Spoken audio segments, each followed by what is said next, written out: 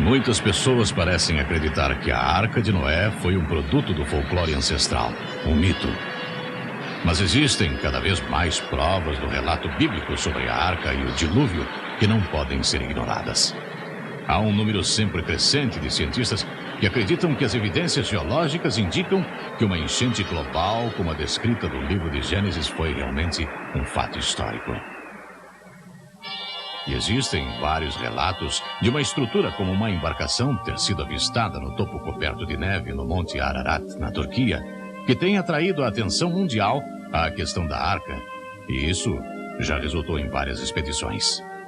As frustrações sem fim que essas expedições passam nos seus esforços de pesquisarem a montanha só servem para aumentar o interesse. Se a Arca, de fato, fosse encontrada no Monte Ararat, dizem que essa seria a maior descoberta arqueológica de todos os tempos e, para o maior dos céticos, uma evidência poderosa de que a Terra experimentou uma enchente global de cobrir montanhas, assim como a Bíblia a descreve. Se houve realmente um dilúvio, e se nós todos formos descendentes de Noé, pareceria estranho se só o povo judeu fosse o único a ter alguma memória disso. Mas esse não é o caso. Nas lendas e mitologias de tribos por todo o mundo, foram verificadas referências a um grande cataclismo das águas. Na verdade, os antropólogos têm colecionado 59 lendas sobre o dilúvio dos aborígenes na América do Norte, 46 da América Central e América do Sul, 31 da Europa, 17 do Oriente Médio, 23 da Ásia e 37 das ilhas dos mares do Sul e da Austrália. Nenhum de nós viventes é descendente da raça original do homem que pereceu.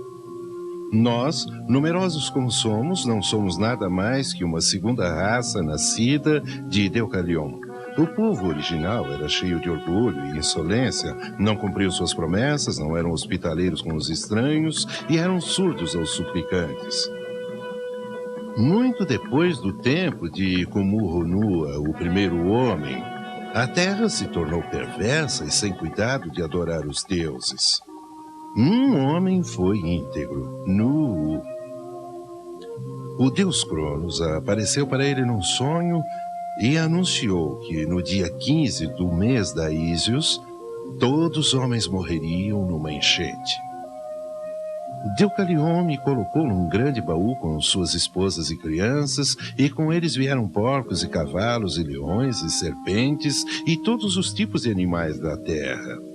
Ele recebeu-os todos. E um velho construiu um grande navio e entrou nele com sua família e uma abundância de animais. Nu construiu uma grande canoa com uma casa nela e abasteceu-a de comida, trazendo plantas e animais para dentro dela. Mas antes da enchente começar, Deus avisou o homem Nota e sua mulher Nena, dizendo: torne oca uma árvore cipreste, na qual você deverá entrar no mês Tososde. As águas se aproximarão do céu. Eles entraram e Deus os fechou lá dentro. O irado Deus Mbenga então ajuntou as nuvens escuras e as fez estourar, derramando corredeiras de águas por sobre a terra amaldiçoada. A terra abriu suas comportas de repente. Grandes chuvas caíram. Os rios transportaram. Os rios partindo-se correram pelas planícies, trazendo consigo as plantações de milho, os túmulos, rebanhos, homens, casas e templos. Como troncos de árvores, os cadáveres flutuavam. Como desovas, os peixes agora ocupavam o mar. Cidades, montes, montanhas lentamente foram submergidas. E agora o mar e a terra não tinham mais marca distinguindo-as. Tudo agora era oceano. O lobo nada com a ovelha. Todo dia choveu, toda noite choveu. O céu caiu, não havia terra. Animais de todos os tipos afogaram-se. Não havia terra. Os pássaros voavam por muito tempo sem achar terra onde repousar. Falhavam suas asas e eles caíam no mar. Deus sobrecarregou a terra de água, exceto Deucalion, que por sua virtude e piedade foi salvo para dar vida a uma nova raça humana. Depois de 1 ano, as águas começaram a baixar. Um vento violento então veio e secou a terra. Ele soltou um corvo que não voltou, ficando para se alimentar dos cadáveres. Porém, mais tarde, retornou com o ramo verde. As pessoas salvas eram 8 e desceram em Mibenga. Mesmo sendo essas lendas antigas frequentemente interligadas com óbvia mitologia, variando nos detalhes, elas concordam em 3 fatos básicos. Houve uma embarcação segura. Houve destruição por águas. E a semente humana foi salva. Hoje, até os cientistas estão relendo as descrições da Arca Bíblica para verificarem se a história foi possível, considerando nosso conhecimento atual da zoologia e nosso conhecimento atual em construção de navios. Alguns dos detalhes mais fascinantes da Arca são fornecidos na Bíblia. E Deus disse: faze uma arca de tábuas de cipreste. Nela farás compartimentos, e a calafetarás com betume por dentro e por fora. E desse modo a farás. De 300 côvados será o comprimento, de 50 a largura, e a altura de 30. Farás ao seu redor aberturas ou janelas de 1 côvado de altura. A porta da arca colocarás lateralmente. Farás pavimentos na arca, um embaixo, um segundo e um terceiro. A maioria dos estudiosos do hebraico acreditam que um côvado tinha aproximadamente 18 polegadas, 39 centímetros. Portanto, a arca teria tido de comprimento 450 polegadas, 135 metros, de largura 75 polegadas, 22 metros e meio, e altura 45 polegadas, 13 metros e meio. Para se obter uma ideia do tamanho dessa arca gigantesca, pode-se compará-la com um típico prédio comercial de 1 andar. A Arca de Noé dizem ter sido a maior embarcação da navegação marítima já construída até o final do século XIX, quando os navios de metal começaram a ser construídos. Ela tem uma proporção do comprimento para a largura de 6:1, que é excelente para sua estabilidade em alto mar. Na verdade, construtores modernos dizem que seria quase impossível ela virar. De qualquer maneira, ela era admiravelmente capaz de navegar pelas terríveis tempestades do ano do dilúvio.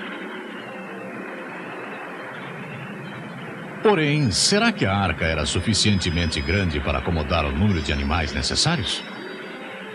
O espaço total disponível era de mais de 100 mil pés quadrados, 3 mil metros quadrados, que seria mais espaço do que 20 quadras oficiais de basquetes.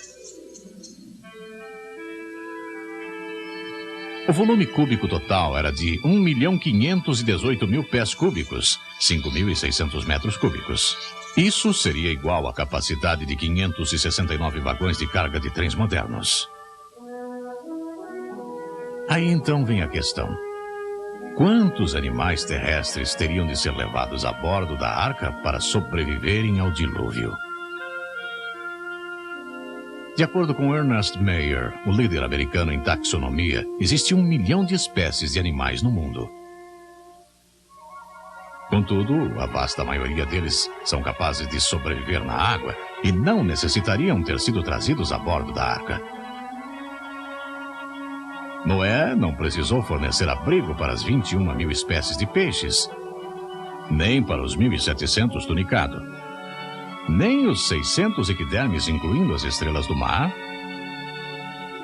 e ouriço do mar, nem os 107 mil moluscos, tais como os caramujos, mariscos e ostras, ou os 10 mil selenterados, como os corais e croides, as anêmonas do mar e águas-vivas, ou as 5 mil espécies de esponjas. ou os 30.000 protozoários, que são as criaturas unicelulares. Além disso, alguns dos mamíferos eram aquáticos. Por exemplo, as baleias, as focas e os golfinhos.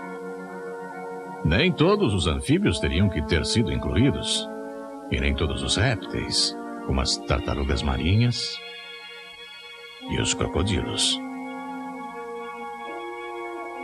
Além do mais, grande número de artrópodes, em número de 838.000 espécies, tais como as lagostas, os camarões e os mini-crustáceos, os siris e as cracas são criaturas marinhas. E as espécies dos insetos entre os artrópodes são geralmente muito pequenos. Também muitas das 35.000 espécies de vermes, bem como muitos dos insetos, poderiam ter sobrevivido fora da arca. Os autores Morris e Whitcomb, em seu livro clássico O Dilúvio de Gênesis, afirmam que não mais do que 35.000 animais individuais precisaram entrar na arca. Sejamos generosos e acrescentemos um número razoável para incluir os animais extintos e depois mais alguns para satisfazer até mesmo os mais céticos. Vamos calcular que 50.000 animais estavam a bordo na arca.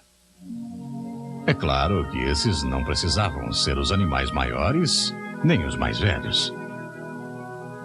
Vamos lembrar que só existem poucos animais bem grandes, como o dinossauro ou o elefante, e esses podiam ser representados por adultos jovens.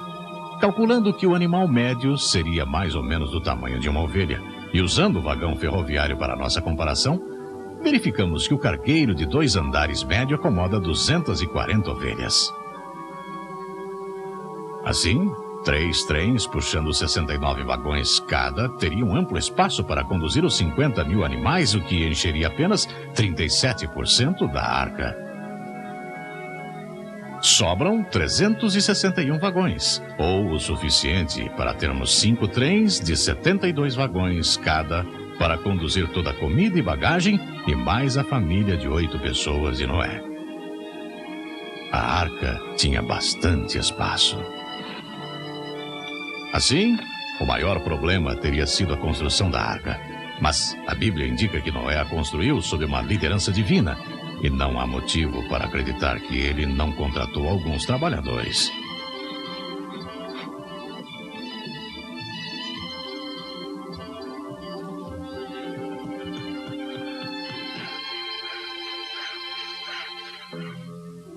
Outro enorme problema apresentado por algumas pessoas seria o recolher dos animais de cada espécie terrestre e trazê-los para dentro da arca. Contudo, o relato de Gênesis indica que foi Deus que reuniu os animais e os trouxe a Noé dentro da arca 2 a 2.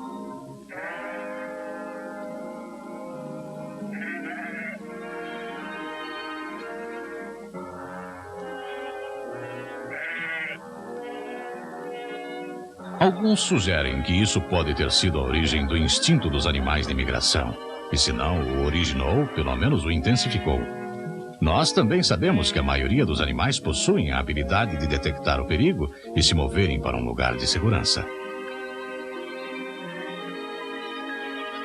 Muitos sugerem que os problemas de Noé realmente começaram a partir do ponto em que todos estavam a bordo. Com apenas 8 pessoas para alimentar, dar água e fornecer ar fresco e sanitização para a imensa coleção de animais selvagens por um total de 371 dias. Porém, vários cientistas sugerem que os animais entraram em um tipo de dormência. Dizem que em quase todos os grupos de animais existe pelo menos uma indicação latente da habilidade dos animais para a hibernação. Provavelmente, essas habilidades foram intensificadas sobrenaturalmente durante esse período. Com as funções dos organismos reduzidas ao mínimo, diminuía o trabalho de cuidar deles. Deparamo-nos, pois, com a questão: de onde veio a água? O relato de Gênesis simplesmente diz: no ano 600 da vida de Noé, aos 17 dias do 2º mês, nesse dia, romperam-se todas as fontes do grande abismo, e as comportas do céu se abriram, e houve copiosa chuva sobre a terra durante 40 dias e 40 noites. Muitos acreditam que antes do dilúvio havia uma estupenda cobertura transparente de vapor que envolvia a terra, colocada ali por Deus no segundo dia da criação, quando ele fez separação das águas debaixo do firmamento, das águas sobre o firmamento. Eles acreditam que essa chuva de 40 dias e 40 noites nada mais é do que o colapso dessa cobertura de vapor. Em contraste, os cientistas nos dizem que se todo o vapor de água e nuvens da atmosfera condensasse e caísse na Terra, as chuvas não durariam muito tempo e produziriam uma profundidade média de 2 polegadas, 5 centímetros. Se uma cobertura de vapor de tal magnitude existisse desde o segundo dia da semana da criação até o dilúvio, então as condições climáticas teriam sido bem diferentes das de hoje.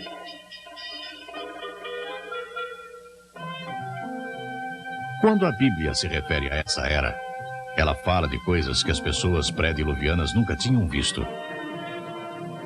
Muitos acreditam que uma das coisas que nunca tinham visto era uma tempestade, pois o segundo capítulo de Gênesis nos conta que uma neblina subia da terra e regava toda a superfície do solo. Provavelmente era uma condição semelhante àquela que observamos nas costas verdejantes da Califórnia, onde a vegetação é sempre regada pelo orvalho. Muitos cientistas acreditam que tal cobertura de vapor protegeu o mundo antigo das radiações nocivas que agora recebemos do espaço e, portanto, foi o motivo pelo qual os habitantes da Terra antes do dilúvio viveram tantos anos.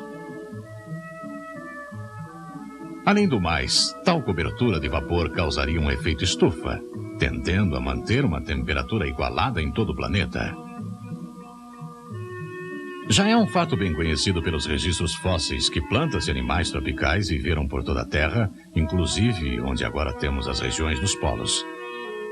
Só depois que as comportas do céu se abriram e as águas caíram sobre a Terra, é que a Bíblia fala de grandes ventos, o que implicaria em diferenças de temperaturas significantes entre as regiões polares e tropicais pela primeira vez. Nessas regiões polares, onde plantas e animais tropicais viveram em abundância um dia, de repente começaram a acumular imensas massas de neve e gelo, o que deve ter resultado na grande era glacial depois do período do dilúvio. Mas as águas do dilúvio não vieram só de cima. Até ainda mais espetacular, reservatórios de água subterrâneos cuspiram água para fora. Romperam-se todas as fontes do grande abismo. As bacias dos oceanos subiram.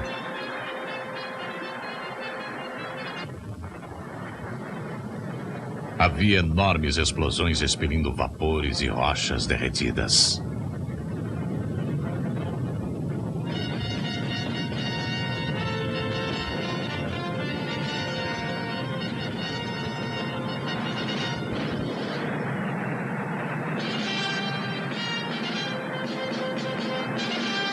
As águas continuaram a subir, até 6 semanas mais tarde, onde o dilúvio alcançou o ponto máximo, com profundidade de cobrir as montanhas, e manteve-se assim por 110 dias. Até que as águas haviam destruído todos os seres viventes dos continentes, exceto os que estavam na arca, que receberam um cuidado amoroso e especial de Deus. A fase final do episódio do dilúvio inicia-se em Gênesis, capítulo 8, onde lemos que Deus fez soprar um vento sobre a terra e baixaram as águas.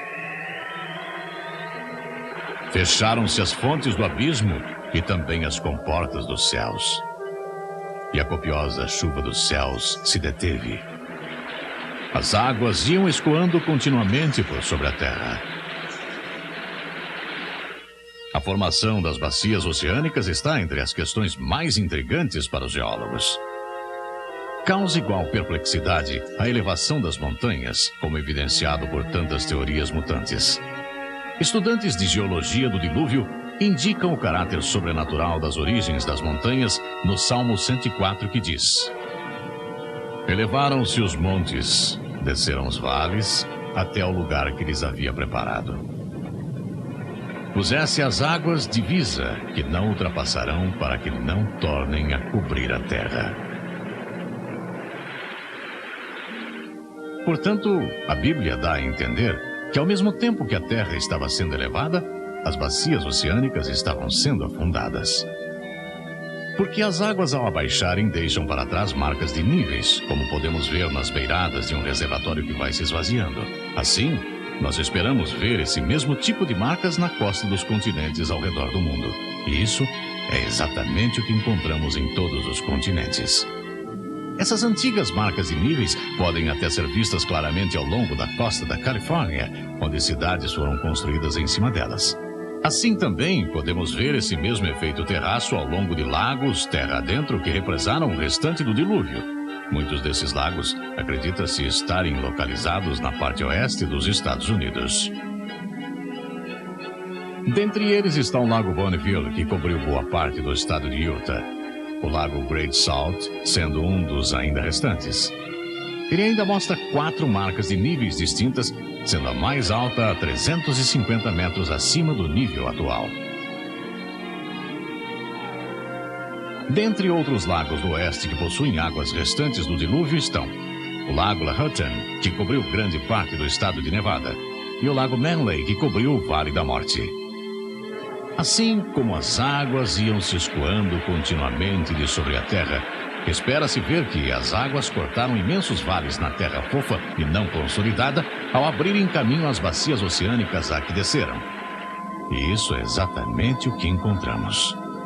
Praticamente todos os vales de rios são mais fundos e mais largos do que os seus sistemas atuais necessitam, indicando que uma vez carregaram muito maior volume de águas. Na verdade, a maior parte da terra está coberta com água do dilúvio. Mais de 70% da superfície da terra está submersa a uma média de 3 quilômetros de profundidade. E em certa parte do Oceano Pacífico, a média de quase 12 quilômetros de profundidade. Também existe muita água armazenada na forma de imensos continentes de gelo no Polo Norte e Sul. O dilúvio deixou suas digitais inapagáveis na formação geológica do nosso planeta. Por toda parte, nós vemos camadas após camadas de sedimentação depositadas pela ação selecionadora das águas em movimento. Também encontramos camadas intercaladas de sedimentação e leitos de fósseis. Nós, na verdade, vivemos num vasto cemitério de fósseis. Esses fósseis parecem ter sido formados pelo sepultamento repentino de um tremendo dilúvio que evitou uma rápida deterioração e decomposição em que os minerais reconstituíram suas estruturas celulares. Nossos vastos depósitos de óleo, gás natural e carvão são chamados de combustíveis fossilizados. Evidências indicam que eles são restos carbonizados de grandes massas de plantas e animais marinhos que foram varridos e rapidamente sepultados por toneladas de sedimentos.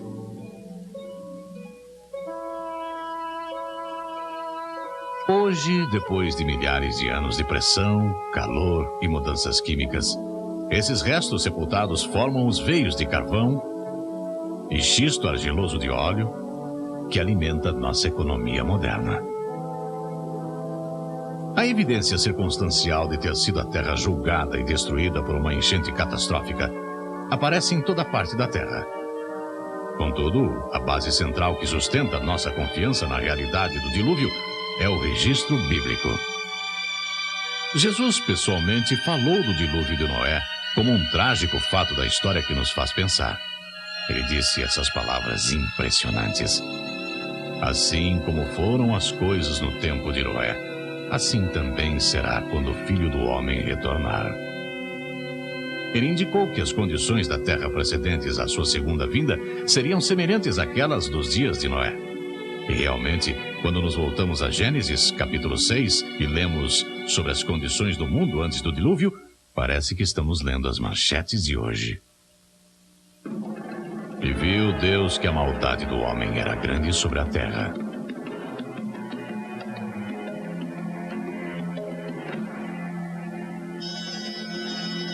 E que toda a imaginação e propósito de seu coração era continuamente mau. A terra estava corrompida à vista de Deus e cheia de violência.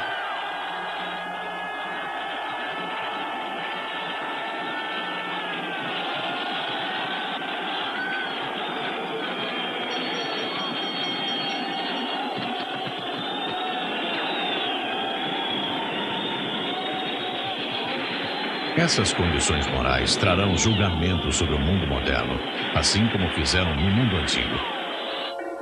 Em 2 Pedro, lemos que nos últimos dias, os homens irão negar que o mundo foi criado sobrenaturalmente por Deus. Eles irão negar que já houve uma enchente global como a descrita na Bíblia. E da mesma maneira que o mundo antigo zombou da possibilidade do dilúvio, ele zombará da possibilidade da vinda de Cristo ao mundo, que eventualmente resultará em uma destruição dos céus e da terra por fogo. Mas, tão certo como Deus criou o mundo por sua palavra e enviou o dilúvio por sua palavra, ele também manterá sua palavra a respeito do julgamento pelo fogo. Pedro escreve: Ora, os céus e a terra que agora existem, pela mesma palavra, têm sido entesourados para fogo, estando reservados para o dia do juízo e destruição dos homens ímpios. Virá, entretanto, como ladrão, o dia do Senhor, no qual os céus passarão com estrepitoso estrondo e os elementos se desfarão abrasados. A terra também e as obras que nela existem serão atingidas.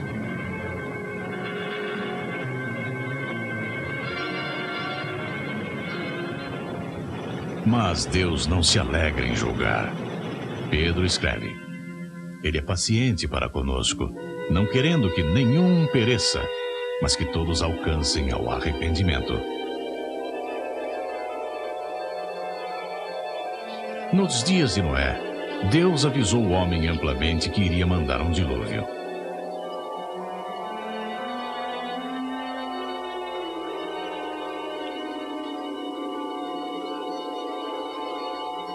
Por 120 anos, Noé construiu a arca. Por todos esses anos, Noé foi o pregador de justiça de Deus, sempre lembrando o mundo antigo que Deus iria cumprir sua palavra. Lembre-se, o Deus que disse a Noé como sobreviver ao dilúvio, tem nos contado na Bíblia como sobreviver à sua ira, para nos achegarmos por fé, o tipo de fé que resulta em obediência a Deus. Nenhum de nós obedece seus mandamentos completamente. Somos todos pecadores e merecedores do julgamento de Deus. Porém, na cruz do Calvário, Jesus Cristo sofreu o julgamento de Deus pelos pecados de toda a humanidade. O próprio Criador morreu pelos pecados do homem que ele criou. Jesus disse: Todo aquele que ouvir minha palavra e acreditar em quem me enviou, tem vida eterna e não será condenado. Ele atravessou da morte para a vida. A fé implícita de Noé em seu Deus o salvou e pode te salvar. Foi a fé que Noé teve que o levou a obedecer às instruções de Deus para construir a arca.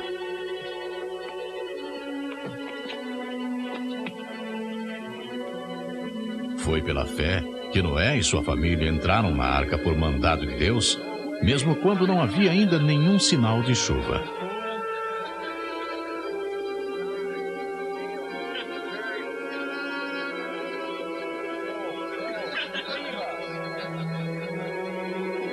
Assim também cada um de nós, por um passo de fé, colocamos nossas vidas aos cuidados do Filho de Deus, que morreu em troca dos nossos pecados na cruz.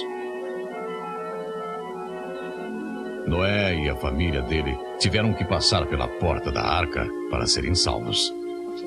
Você e sua família também necessitam passar por uma porta do tipo da porta da arca, se vocês quiserem ser salvos. Jesus disse: Eu sou a porta. Por mim, se qualquer um entrar, ele será salvo.